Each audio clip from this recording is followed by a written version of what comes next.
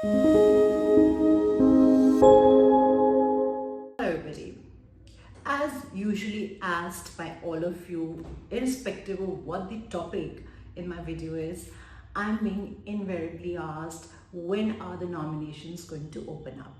So I did give you a sense in the last few videos that we do expect the invitations for subclass 190 and 491 nominations to start somewhere around mid of February.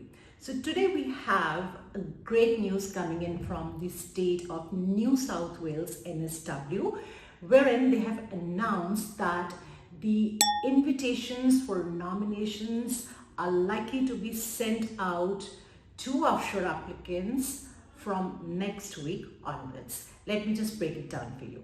So the state of NSW, let me tell you, this is one state that had issued perhaps the largest number of invitations I have ever seen in the Australian immigration history in the year 22-23.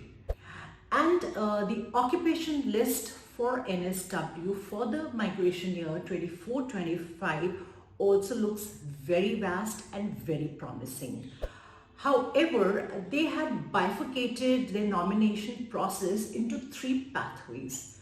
Pathway 1 related to applicants who had worked in their nominated occupation or closely related occupation within the designated area in the last 6 months with a single employer at a minimum income threshold, what we call the TISMIT, that is $73,150 within a regional NSW. So obviously, Pathway 1 did not apply to offshore applicants. Now, the NSW has made an announcement today, that is on the 24th of January 2025, that Pathway 1 applications stand closed as the quota for Pathway 1 applicants has now been reached. And the following week onwards, NSW is going to start with the invitations for nominations for Pathway 2. Now, who are the people who fall under Pathway 2?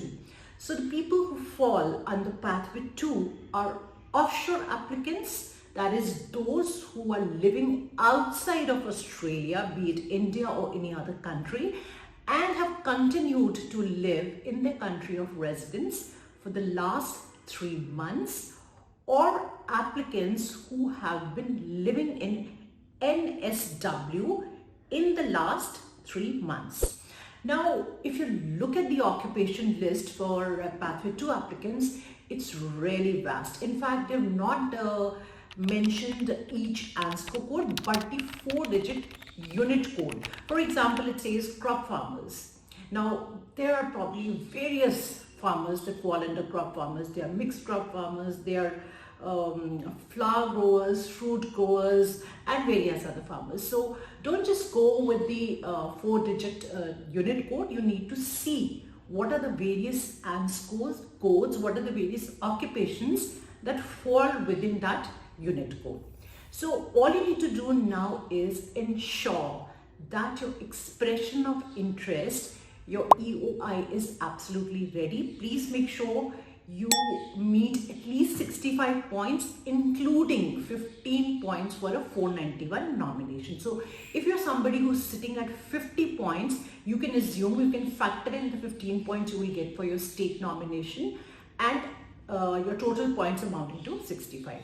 Your English proficiency score must be at 6 bands in each section, be it IELTS, academic or general training, PTE academic, OET, TOEFL, IBT, whatever. And your English proficiency score can be as old as up to 3 years, not beyond that.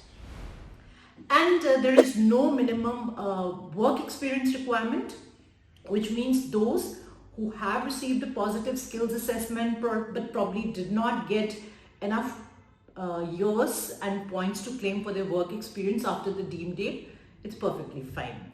So if you're somebody who's got the skills assessment ready and your English proficiency score ready, please make sure that you immediately lodge an expression of interest within the skill select system and indicate NSW as your preferred state. That is how NSW will go ahead and send out an invitation to you. If you do not indicate NSW as your preferred state and probably write any or any other state, you're likely to be not picked up for the nomination. So, and again, now if you're somebody who's not even started with the process yet, this may be your last chance.